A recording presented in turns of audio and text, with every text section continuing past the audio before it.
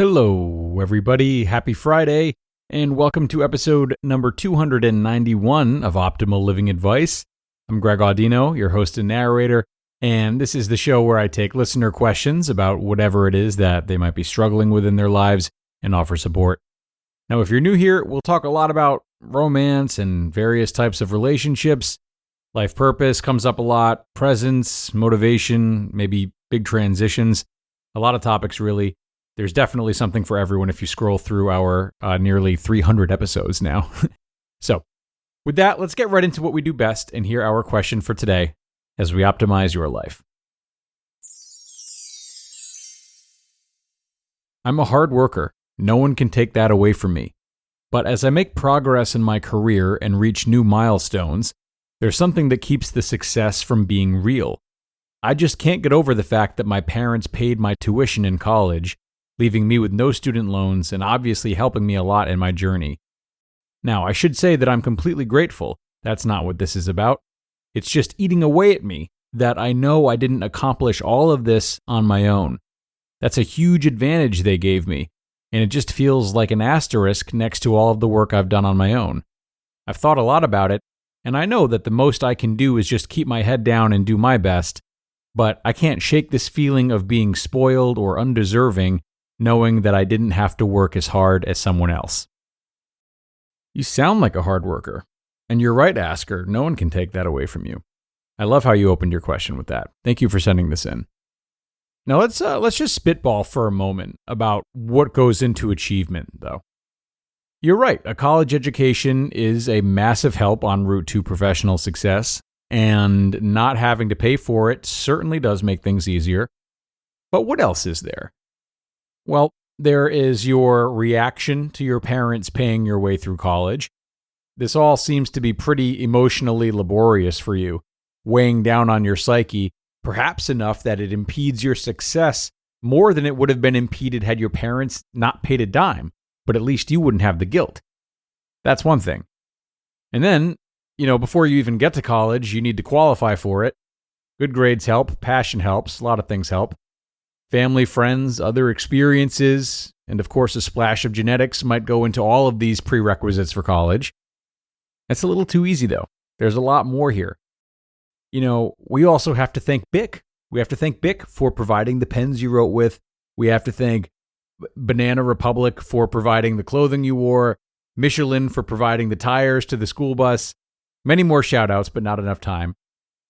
And then after college, there's the process of applying to jobs, right? That's one thing. So we have to thank the people who taught you how to interview, the people who showed you how to build a resume.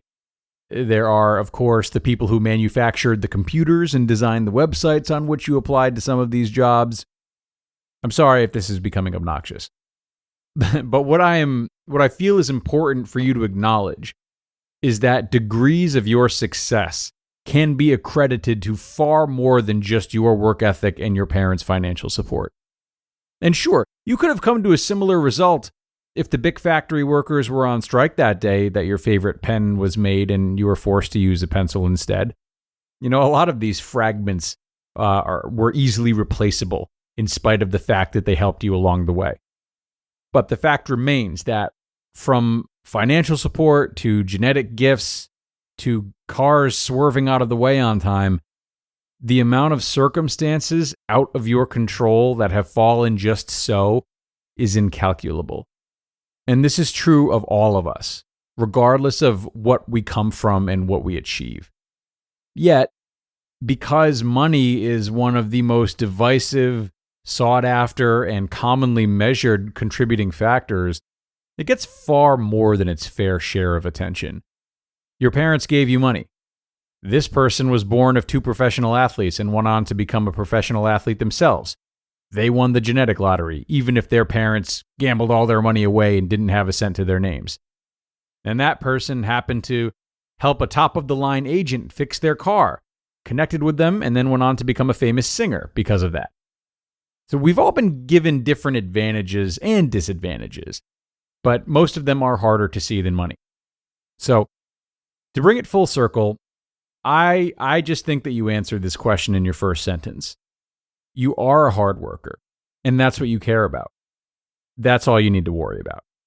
And especially in light of how this episode has gone so far, some people might argue whether or not your work ethic is even free will or if it's just a perfect concoction of life events. That doesn't matter right now either. You're carrying this weight around, yet you're still putting your best foot forward and trying to be the best you can as you see it. And it's not easy, but you're doing it anyway. You're fighting for it because you believe in it. That's amazing. And it's also what's worth focusing on the most. But with that being said, I do have a little bit of worry about whether or not this craving to be and be seen as a hard worker will ever be satiated. My impression, anyway, is that your work ethic is tied pretty closely to how you perceive your self-worth. That's just how I felt when reading your question. Maybe I'm wrong, and while I hope I'm wrong, it's ultimately my hope that you can find value beyond your amount of output. It may be worth your time to examine just why it is that you emphasize hard work so much. Or maybe it's not even hard work, but rather independence and feeling as if you made it on your own. Realistically, the thoughts I've provided today and any advice you might get elsewhere is likely to fall on deaf ears if you aren't first prepared to love yourself even when you're feeling lazy or taking time off or receiving a gift or a hand from someone. So if you feel as though that isn't in place, I would certainly explore that more in depth before anything else, which makes me feel as though I probably answered this question backwards. And for that, I apologize. And also, if it's any consolation, and I really mean what I'm about to say, I hope you can trust that I and many others care for you and anyone else first because of who you are and your flaws, your vulnerabilities, the love you put into the world or desperately try to put into the world.